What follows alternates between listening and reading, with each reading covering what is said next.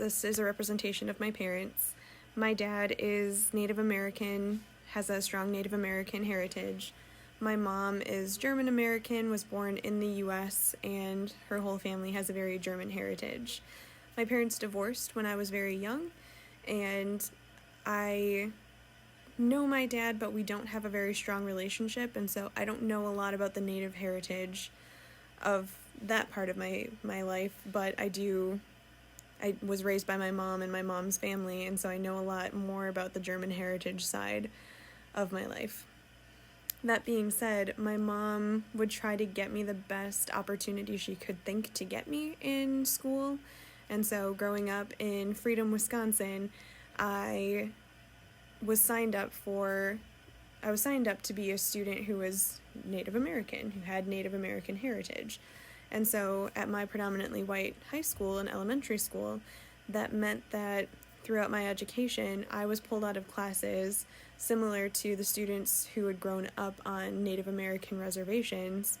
And every time I got an A or a B on any class assignments, I was brought to the diversity office at our school and was told to pick a prize out of the prize box for doing so well. And it wasn't until grad school, when I started to think back on my education, that I realized that the school was trying to incentivize Native students to do better. And I think there were some classes for students who needed some additional support. I wasn't one of those students, but I would still get these prizes, and it was because the school wasn't expecting me to do well, which was strange because my family was expecting me to do well. I was expecting me to do well. So that narrative was just a strange one to realize years later.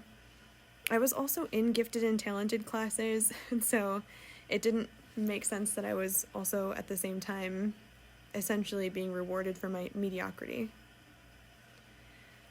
I have an older brother who has dyslexia, and I would watch him going through school. Since he was older, he would do everything first. And my mom would need to help my brother with his homework more often than she would need to help me. And because of that, I learned some of what he was doing through his classes as we would sit around the kitchen table and do homework together, and he was doing his out loud. Because of that, I realized that education isn't for everyone. My brother tried to go to college and hated it because school is not built for him, and he's not built for the education system. And he's very successful in his life and his career despite not having a higher education.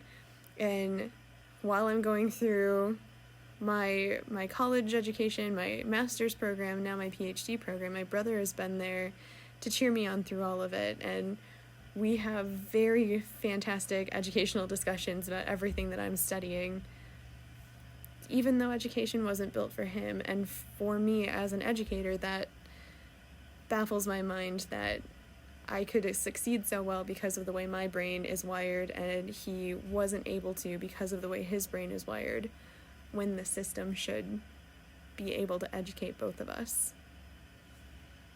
In college, I studied speech pathology at the University of Wisconsin-Whitewater, a predominantly white institution in Whitewater, Wisconsin. Because of my Native heritage, I was also part of a minority scholarship program and had the opportunity to study abroad in Ghana, as well as take some diversity classes. In all of my diversity classes in college, we would discuss race relations and racism in the past tense. And so when I went to grad school to study higher education leadership, it baffled my mind to recognize that all of these things that have happened in the past tense have created systems that continuously oppress people who have races that are not white. And so realizing that and studying education helped me to realize that I was in the right place in order to try to increase equitability in that system. Since college, I've worked at Wright State University, one of the top schools in the country for accessibility, working with students of various abilities. I was at Arkansas State University during the 2016 election. The student population in the South is actually very diverse, which surprised me a little bit. And to watch the shift in the student population before and after the 2016 presidential race was such an incredible eye-opening experience and a first-hand look at the way race relations is still affecting people today. And then after that, before coming to Miami, I was at Wittenberg University working with a group of students who had high needs as far as financial or mental health resources, and was able to work very closely with students from various backgrounds, which was such a great eye-opening experience and helped me realize the need for additional accessibility on college campuses. I was in college studying some level of education and thought that protests happened in the past and that they were essentially done in the 60s and 70s.